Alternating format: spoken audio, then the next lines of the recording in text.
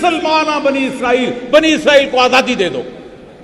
جب تک آزادی کی تصور نہیں آتا نہ دین نافذ ہوتا ہے، نہ ایمان نافذ ہوتا ہے، نہ کوئی اور چیز نافذ ہوتی ہے. پہلی چیز، مکہ کی وادیوں سے ہجرت کس لیے کی گئی تھی؟ مکمل آزادی، تاکہ آپ اپنے اس معاملے کے اندر اپنے اصولوں کے مطابق زندگی بسر کریں.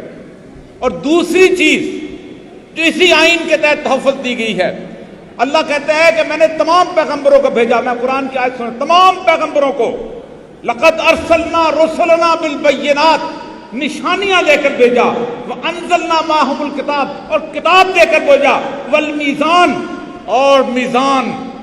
یہ جو سپریم کورٹ کے باہر لٹکی ہوئی ہے، یہ جو ہائی کورٹ کے باہر لٹکی ہوئی ہے، کیوں بھیجا؟ لیقوم الناس بالقسط، لوگوں کے درمیان، مسلمانوں کے درمیان نہیں، عیسائیوں کے درمیان نہیں، یہودیوں کے درمیان نہیں، لوگوں کے درمیان پیغمبر کیا کہتا؟ یقوم الناس بالقسط، رول آف لا قائم کریں.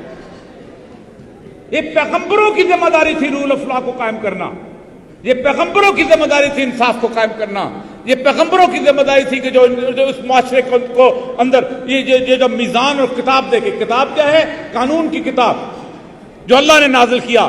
وہ قانون کی کتاب اللہ کے نازل کیے ہوئے قانون کی کتاب اور انسانوں کے نازل کیے ہوئے قوانین میں کوئی زیادہ فرق نہیں ہے. کوئی قتل کو جائز نہیں کہتا، کوئی زیادتی کو جائز نہیں کہتا. لیکن معاملہ یہ ہے، پاکستان میں اس وقت جس آئین کے اوپر لکھا گیا، اس پارلیمنٹ کے اوپر بھی لا الہ الا اللہ محمد رسول اللہ لکھا ہوا ہے، ادھر لکھا ہوا ہے وحکم بین الناس بالحق، جہاں لکھا ہوا ہے ادعوا اقرب للتقوی. ان قرآن کی آیات کے لکھنے کے باوجود معاملہ یہ ہے کہ اس دور کے اندر، گزشتہ 1.5 سال کے اندر جو کیفیت گزری ہے، اس کیفیت کے اندر نہ اس وقت رول آف لا ہے اور نہ مکمل آزادی ہے. یہ وہ پیغمبرانہ مشن کون ادا کرے گا؟ یہ آپ لوگوں پر اللہ ذمہ داری نکالتا ہے. وَكَذَلِكَ جَعَلْنَاكُمْ أُمَّةً وَسَطًا لِتَكُونُوا شُهَدَاءَ عَلَى النَّاسِ وَيَكُونَ الرَّسُولُ عَلَيْكُمْ شَهِيدًا.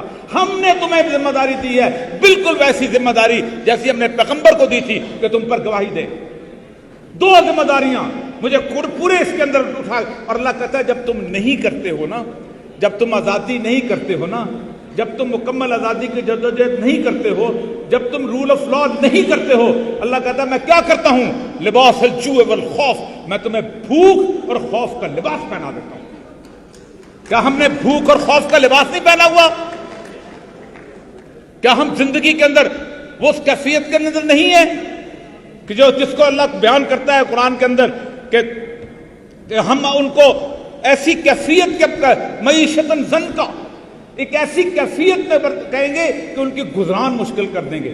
وہ زندہ رہنا چاہیں گے نہیں رہیں گے، وہ ان کے پاس پیسہ ہوگا، دولت ہوگی، لیکن اس کے بعد ان کے لیے سہولیات بے معنی ہو کر رہ جائیں گے، گزران مشکل کر دیں گے. وَإِنَّهُ لَمَعِيشَةٌ ضَنْكَ. تو اب مسئلہ سارا یہ ہے، بھول ہے ان سارے لوگوں کی کہ جو اس کائنات کا پہیہ الٹا کرتے ہیں. میری عمر 68 سال کے قریب ہے. دنیا کی تمام تاریخ اٹھائیں اور پاکستان کی 2 موومنٹ اٹھا رہے ہیں. جب کبھی موومنٹ اٹھی ہے ہمیشہ پریس پر پابندی ہوئی ہے، اس کے درمیان اٹھی. ایوب خان کے خلاف موومنٹ اٹھی، پریس اس کے پاس، اخباریں اس کے پاس، ریڈیو اس کے پاس، ٹی وی اس کے پاس. لیکن ہم بچے تھے جب ایوب کتا ہائے ہائے پوری گلیوں میں ہوتا تھا. ایوب خان کو پوچھا تم نے چھوڑا کیسے؟ اس نے کہا میں اپنے گھر میں بیٹھا ہوا تھا تو یہ میرے دونوں پوتے جو تھے اچانک ایک جھنڈا سا اٹھا کے تقریر کر رہے تھے، نعرہ لگا رہے تھے ایوب کتا ہائے ہائے. یہ ہوتی ہے پبلک سپورٹ. 77 تمام لوگ جیل میں تھے، تمام لوگ. مجھے یاد ہے اطلاع صاحب اس وقت اس گورنمنٹ کو چھوڑ کے واقعی رول آف لا کے لیے باہر نکلے تھے. آپ حیران ہوں گے کہ لیفٹ کے لوگ حسین نقی جیل میں، مظہر علی خان جیل میں، پنجاب کا پنج کے مظفر قادر جیل میں، ثناء الدین جیل میں، الطاف حسن قریشی اور مجیب الرحمان شامی، کون جیل میں نہیں تھا. تمام پریس اس کے ساتھ تھا. لیکن 77 کے جو لوگ لاہور کے شاہد ہیں انہوں نے وہ جلوس دیکھے ہوئے ہیں کہ جنہوں نے تختہ الٹ کے رکھ دیا تھا. آپ کیا سمجھتے ہیں دنیا میں ریولوشن جو ہے وہ پریس کے ذریعے آتے ہیں؟